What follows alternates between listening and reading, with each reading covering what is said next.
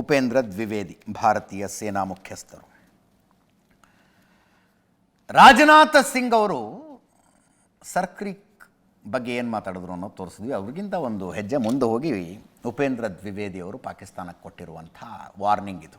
Operation ಸಿಂಧೂರ 2.0ನ ಸುಳಿವು ಕೊಟ್ಟಿದ್ದಾರೆ ನಮ್ಮ ಸೇನಾ ಮುಖ್ಯಸ್ಥರು. ಪಾಕಿಸ್ತಾನ ವಿಶ್ವದ ಭೂಪಟದಲ್ಲಿ ತನ್ನ ಜಾಗ ಉಳಿಸ್ಕೋಬೇಕು ಅಂದರೆ ತಕ್ಷಣವೇ ಭಯೋತ್ಪಾದನೆಯ ಪ್ರಾಯೋಜಕತ್ವವನ್ನು ನಿಲ್ಲಿಸಬೇಕು. ಇಲ್ಲದೆ ಹೋದರೆ ಮ್ಯಾಪ್ನಲ್ಲಿ ನಿಮ್ಮ ದೇಶನೇ ಇರೋದಿಲ್ಲ ಅಂತ. ಬಹುಶಃ ಸೇನಾ ನಾಯಕರೊಬ್ಬರಿಂದ ಬಂದಿರುವಂಥ ನನ್ನ ಪ್ರಕಾರ ಇದುವರೆಗಿನ ಅತಿ ಖಡಕ್ ಸಂದೇಶ ಇದು. ಮ್ಯಾಪ್ನಲ್ಲಿ ನಿಮ್ಮ ದೇಶನೇ ಇರೋದಿಲ್ಲ ಅಂತ.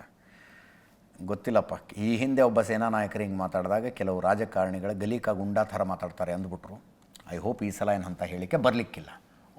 ಬಿಪಿನ್ ರಾವತ್ ಅವ್ರಿಗೆ ಮಾತಾಡಿದ್ದಾರೆ.